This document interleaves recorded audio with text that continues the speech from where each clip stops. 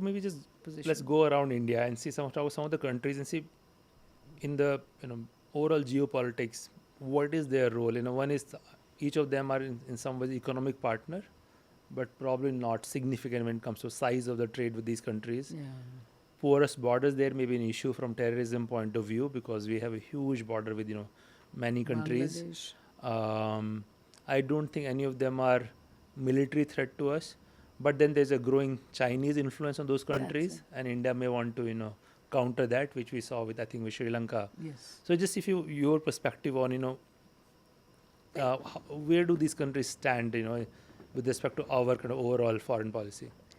I think when it comes to Bhutan, they have consistently said that they stand with India. However, after the Doklam crisis, what we did see is that Bhutan has its own parallel conversation with China on the border. Yeah. And if they were to actually have a deal with China, that would not work in our favor because, that Doklam Plateau is on a very sensitive area for us near what is called India's chicken's neck. Nepal plays both ways. So I wouldn't say when it comes to India, Pakistan, that any of these neighbors take Pakistan's side over India. I think to the contrary. Because Nepal, for example, with India, we have an open border, we give each other citizens the same rights. They have, their military chief is accorded an honorary general position in our country. Our military chief does the same there.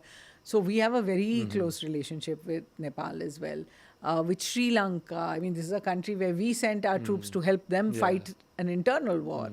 But in the last few years, you're correct, we've been worried about what China is doing there. But I think their government now understands. And for the first time ever, a few months ago, Sri Lanka signed a defense cooperation agreement with India. We don't know the contours of it, but it is significant that they did it at all. Bangladesh is a little more difficult right now because after the change in regime, we don't get that same kind of support. I mean, after all, when Sheikh Hasina was there 2019, straight away there was support came. This time instead it calls for de-escalation from Bangladesh. But they have also condemned the terror attack in Pahalgam, and they have made it clear that they just don't want to see the situation get out of control. And about extended neighborhood, on the east,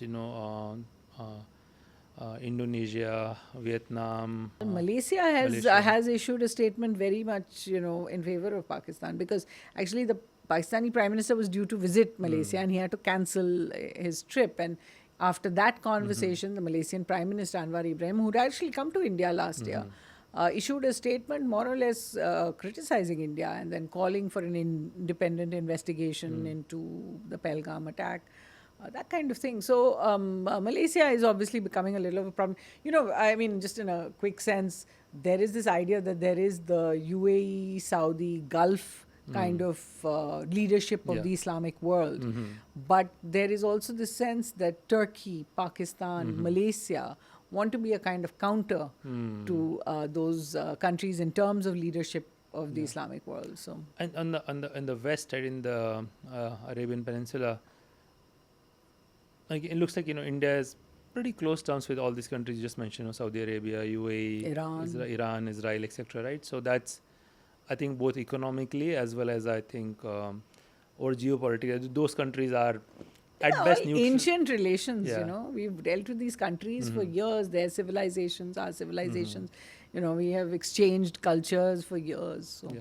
And what about the role of these this smaller organizations like or things like G20, Quad, SCO, and so on? Do these organizations become more important, as we evolve into this whole multipolar world? What we've seen is they become more important when they're being hosted in India. Right. So our G20 was like, it was the place to be. But the subsequent years, we haven't seen G20 getting that kind of play. And this year in particular, it looks like the US is, because of its tensions with South Africa, the US has stayed out of the G20 process completely. So the question of what they hold. Look, multilateral organizations are dependent on their members for actually producing results.